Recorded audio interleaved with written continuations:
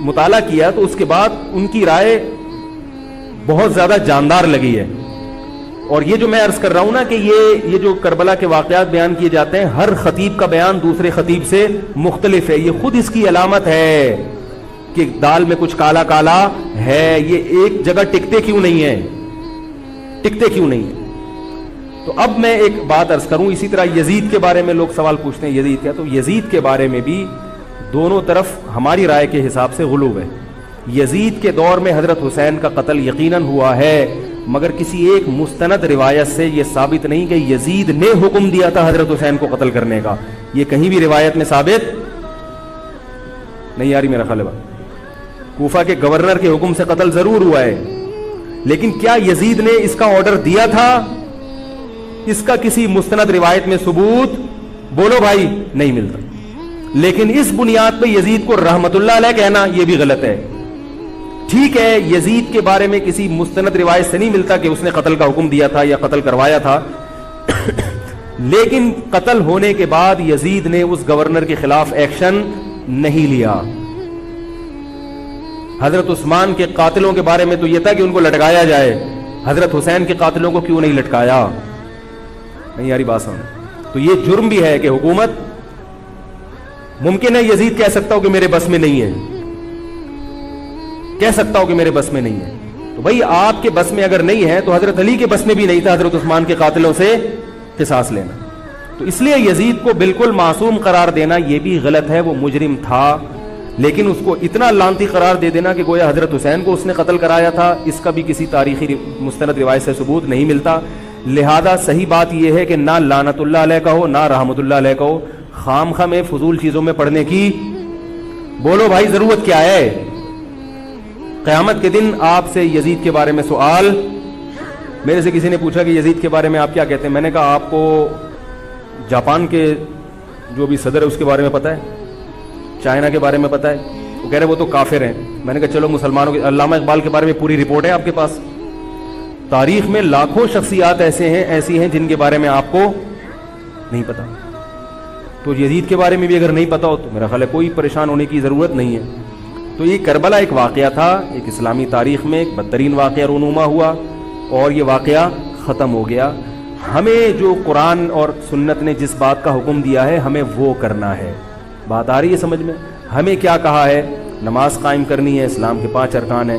کربلا کا واقعہ دنیا میں وجود میں آتا تو بھی 5 نمازیں پڑھنی تھی، وجود میں نہیں آتا تو بھی 5 نمازیں پڑھنی. باقی حضرت حسین کی شہادت اس لیے بھی ہوئی ہے کہ اللہ کے نبی نے ان کو شہید قرار دے دیا تھا. اللہ تعالیٰ نے آپ کو اس منصب تک پہنچانا تھا جس منصب کی گواہی محمد صلی اللہ علیہ وسلم دے چکے.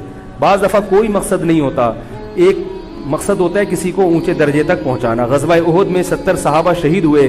اللہ نے اس کی حکمت یہ بھی بیان کی وَيَتَّخِذَ مِنْكُمْ شُهَدَاءَ، اللہ تم میں سے بہت سو کو شہادت کے درجے پر فائز کرنا چاہتا. تو حکومت تھی، حضرت حسین رضی اللہ تعالیٰ عنہ کو اللہ تعالیٰ نے شہادت کے مرتبے پر پہنچایا اور ظالم حکمرانوں کے مرتبے کو گھٹانا تھا. تو یہ کام ہو چکا. اب ہمیں کیا کرنا ہے؟ ہمیں جو قرآن اور سنت ہے اس کو فالو کرنا ہے.